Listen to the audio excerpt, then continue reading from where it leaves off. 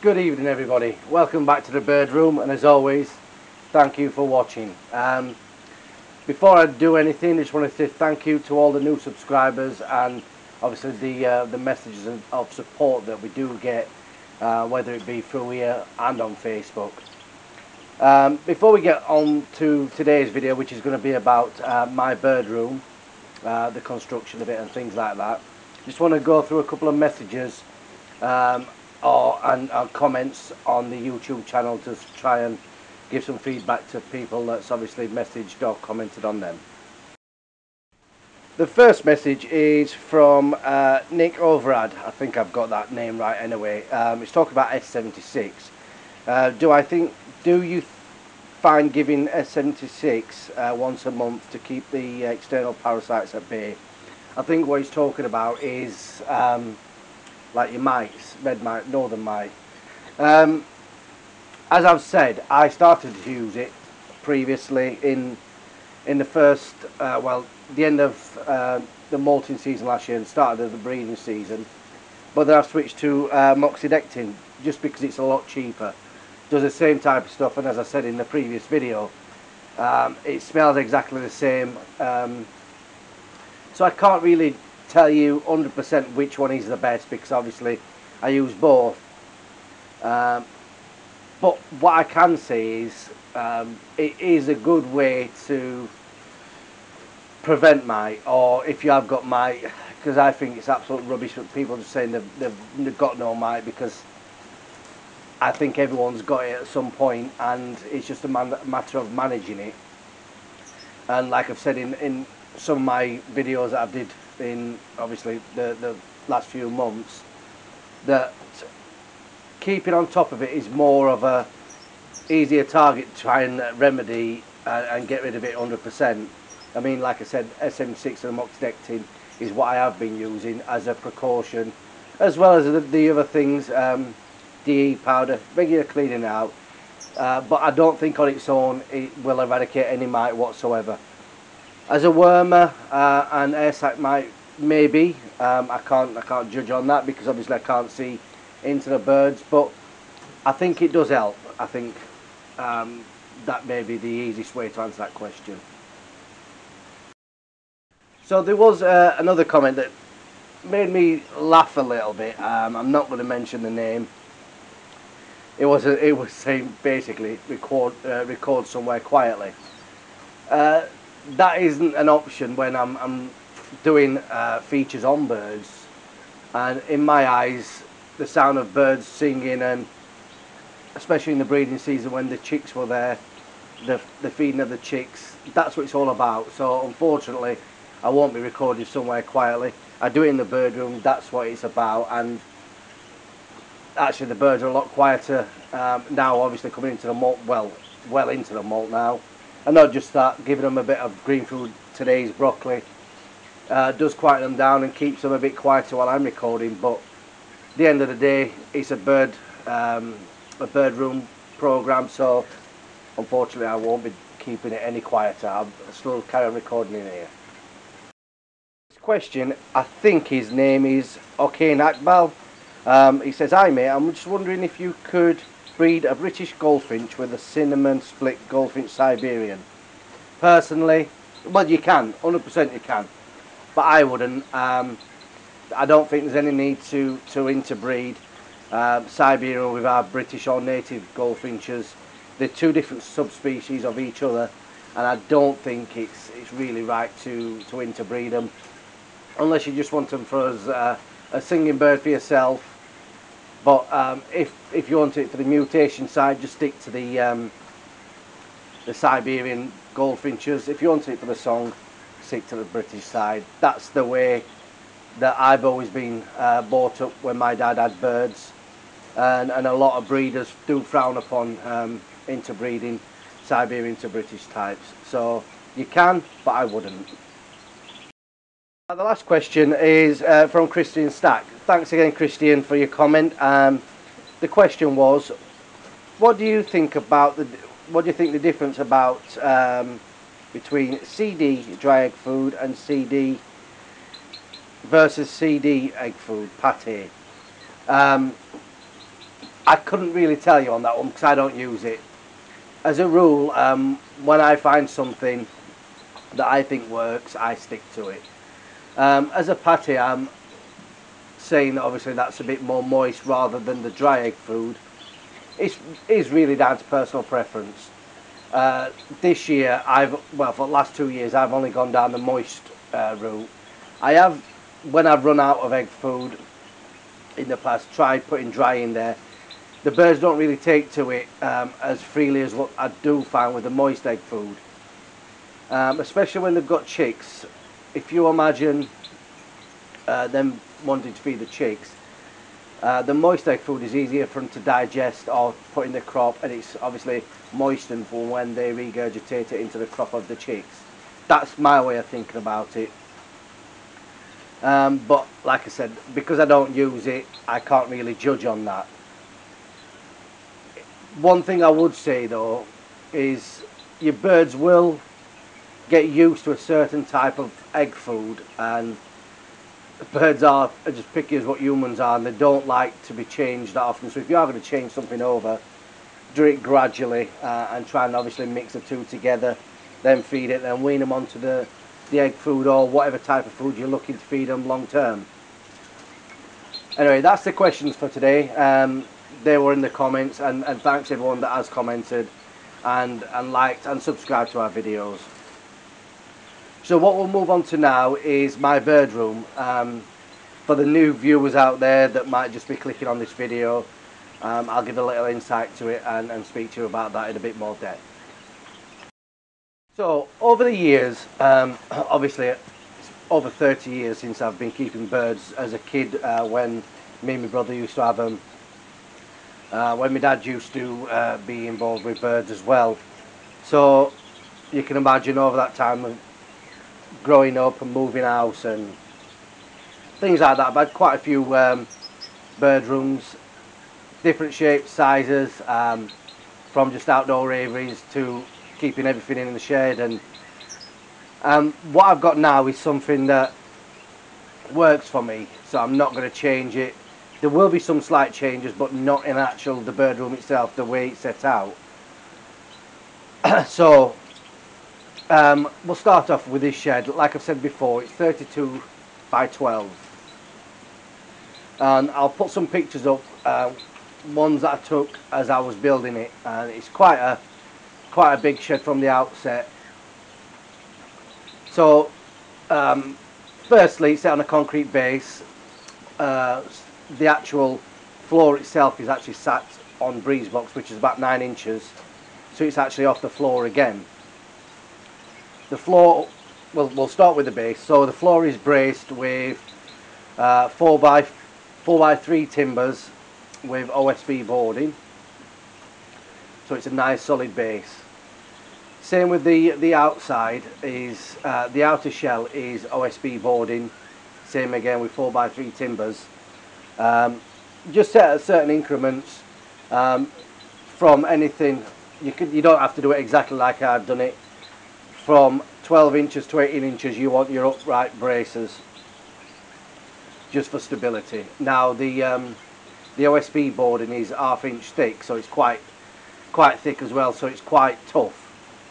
So that is throughout the actual perimeter of the shed. The roofing is the same thing, cross braces 4x2s with OSB boarding. Moving on to the actual outer skin itself, what I did is use shiplap. I just find it a better finish to the appearance of the shed. And I'm saying the way I've got my shed positioned was basically made up for me, because when I moved into this property 3 years ago, the base was already down where there used to be a garage, so it actually just shouted at me straight away saying this is where it needs to be. And not just that, the wife wouldn't want me putting sheds all over the garden. If she didn't mind, then I would do. So yes, with shiplap boarding. Now I got a window at both ends, as you will see in the picture, and in the centre is a UPVC dooring. The UPVC dooring is, I bought the frame and the door off a friend of mine. I think it cost £80, 80 or £100, I can't really remember.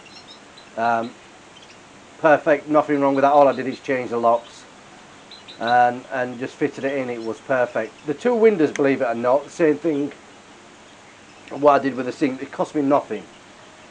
Using your head a little bit every so often when I'm at work or out on my travels. I used to see skips, people having new windows in. Just went up and knocked on the door, said, can I take this window, can I take that? And 9 times out of 10 they'll say yes, definitely.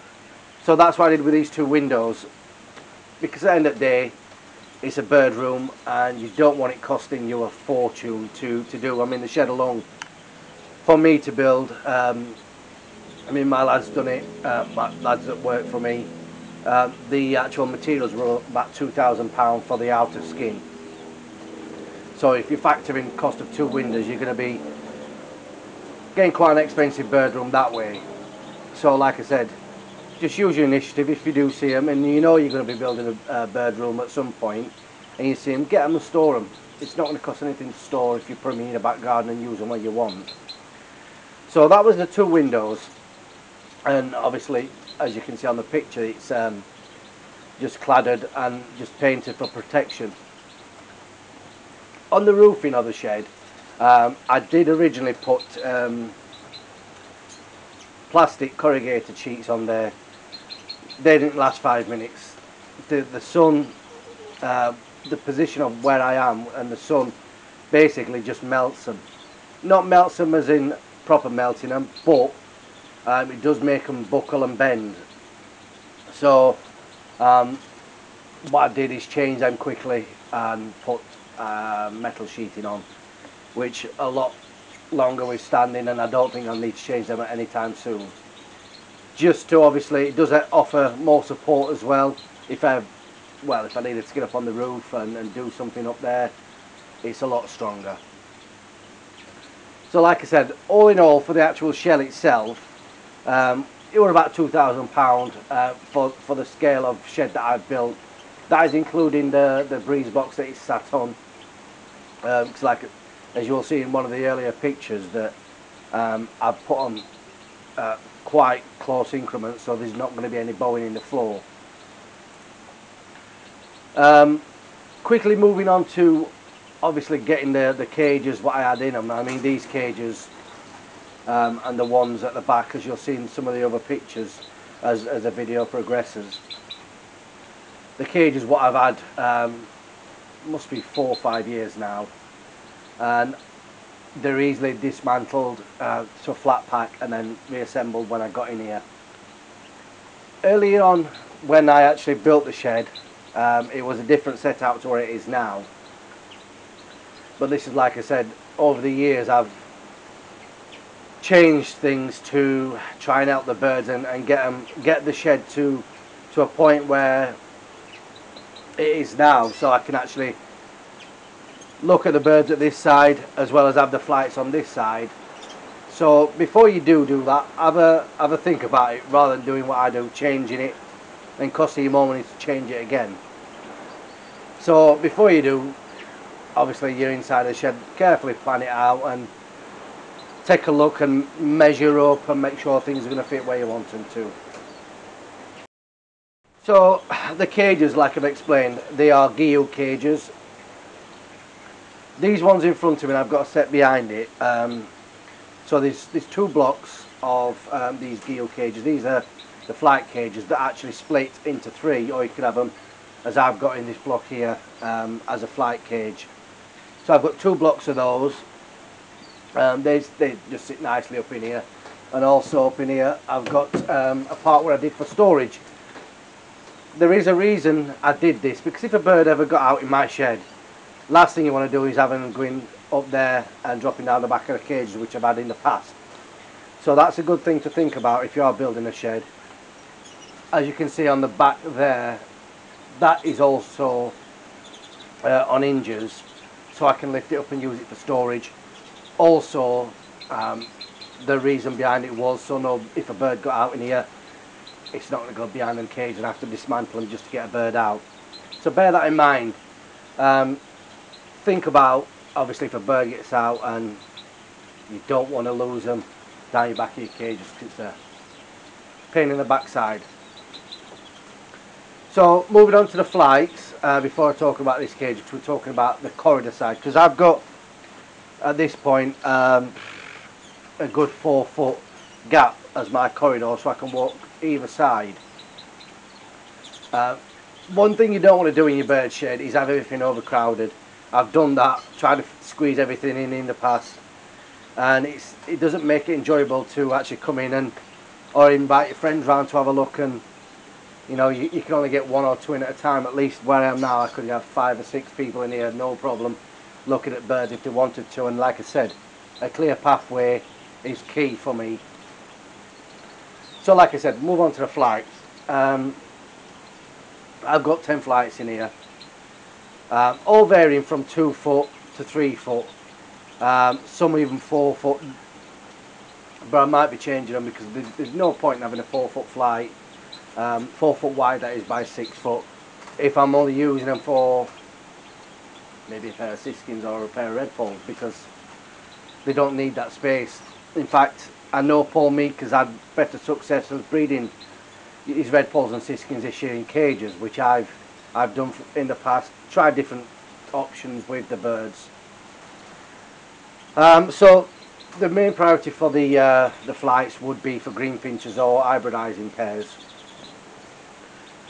Moving on to the back cages, like I said over here, these are obviously a block of the same again Geo cages, and they're what I've been using for breeding, especially this block here, this block of 12 is what I bred the 5s in, the canaries.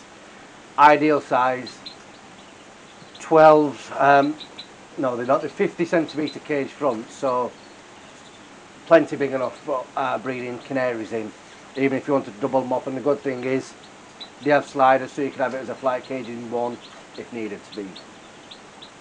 The cages over the back here, which I'll show you in this next picture, these are Kookaburra cages. Now these are going to go, I'm going to be building a block of UPVC cages in this corner, basically around the same size.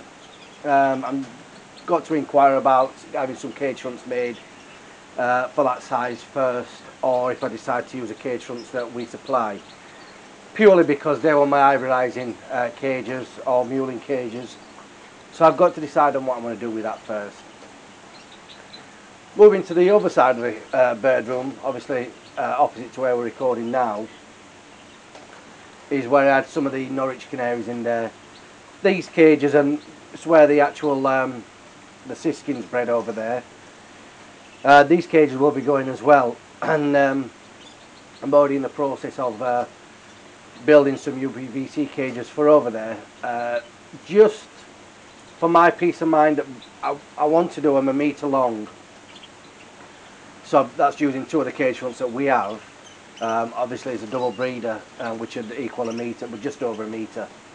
And the reason for that is I'm undecided of what to do next year, whether I spend more of the time with mules and hybrids, or do more with the 5 canaries. I'm undecided as yet, and it'll all become clear in the next few weeks of why I'm going to do this.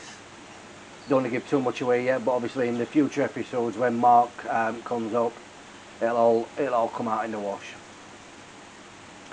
So far as the flooring in here, what I've done with my flooring, I linoed it first. I didn't like it. Found it too slippy.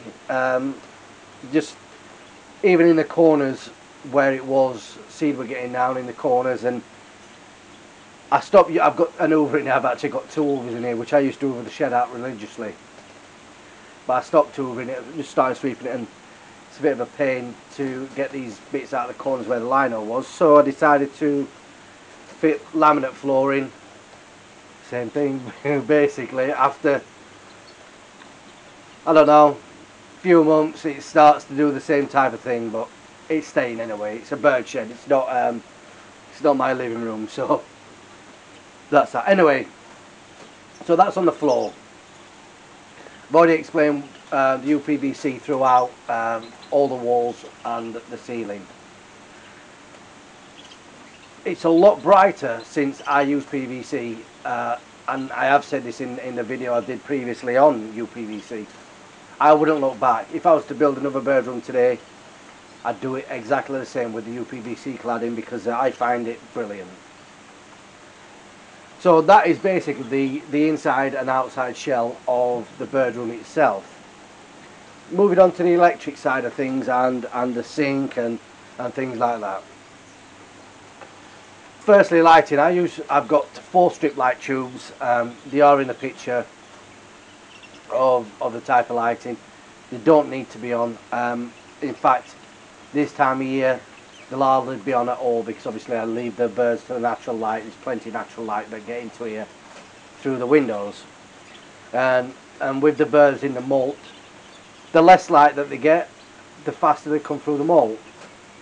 So it'll encourage them to speed through the molt faster.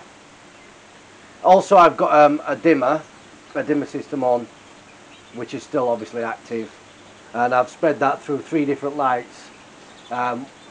One at that end, one in the middle, one at obviously this end, just to make the actual dimmer system equally as it's dimming throughout the night.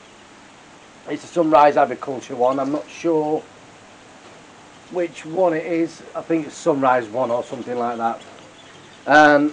I've had this one, must be over 10 years now, so that says everything about these dimmers. And I've actually got a spare one down here that I was given, but it is a spare in case, obviously, when the inevitable happens and this one packs in, then I'll have it there for when I do need it. Like I said, I did all the electrics myself, plumbed them in, and it's not rocket science if you know different colour wires go to what and that type of thing. This side, this is my sink area. Same thing again. This sink cost me nothing. I just asked a friend of mine. He does plumbing. He does a bit of this and a bit of that. And just asked him, has he got a sink? And he actually had one lying around. So went over and collected it, plumbed it in, and it's perfect for what I need. And I think every bird shed should have one, because life's so much easier once you've got one.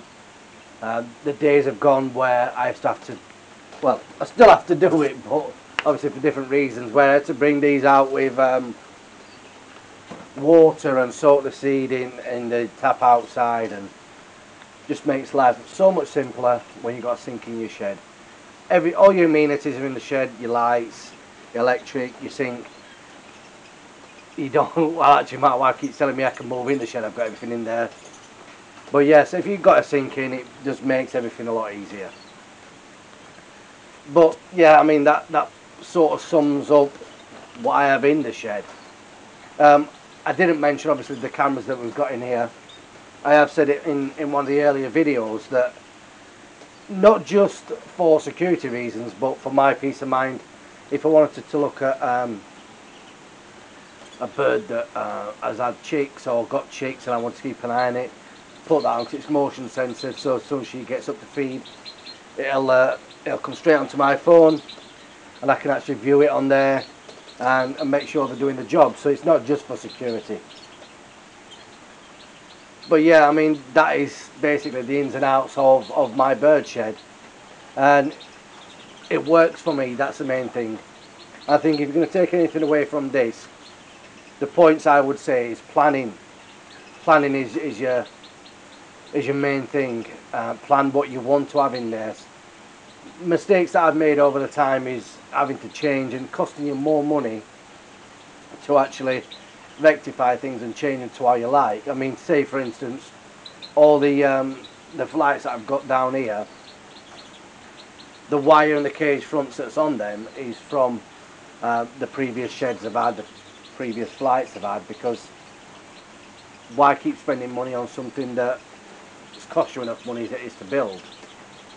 So planning. Secondly, think about what birds you're going to breed and where you're going to breed them. Like I said, I've got mine set out as I want them now, and depending what I do next year in the breeding season, depends what I'm going to be doing in these blocks that I'm going to be building, which I'll show as I'm doing them. But otherwise, yes, I mean it works for me, and if it's a job to come into your bird shed and a struggle, then you've not got it right, in my opinion. When I come through that door, everything's easy for me to access. I've got the water, I've got the electrics, I've got, if I want to put a radio on, which I can't, I can never play a radio while I'm playing, recording YouTube videos, due to the fact of copyright laws and stuff like that. So you can't actually play a radio while I'm recording. But a radio for the birds keeps the noise down from outside and things like that. But yes, like I said, that's about it from in the shed today. As I've said, I will be showing you the cages as I'm building them, and just seeing how they go. I did do a mock-up one, and we'll see when I take the cages out, see how they look in here before I decide exactly what I'm going to do with them. But yes, thanks for watching. I hope something in here has helped. Obviously some people have seen my bird room, especially Oliver at O.C. Avery's. He likes the look of my shed, but it's obviously down to personal preference on what you're trying to achieve at the end of the day. So hopefully you have took some tips away from this if you're thinking about building your own. Anyway, any bird needs, you need food, water pots for the birds, perchers, you know where to go. directbirdproducts.com, or messages on Facebook. Direct Bird Products on Facebook. It's also on Instagram, but I don't have time to keep up with everything on there, so just head over to Facebook. It's easier to get us older on there. Anyway, thanks for watching, and if you haven't already, like and subscribe, and leave in the comments if you get any suggestions for future episodes. We will have one coming up on training birds in the show cages, but that's all in the pipeline, and future episodes will try and keep you up to date with the progress of the birds. So thanks for watching, enjoy your weekend.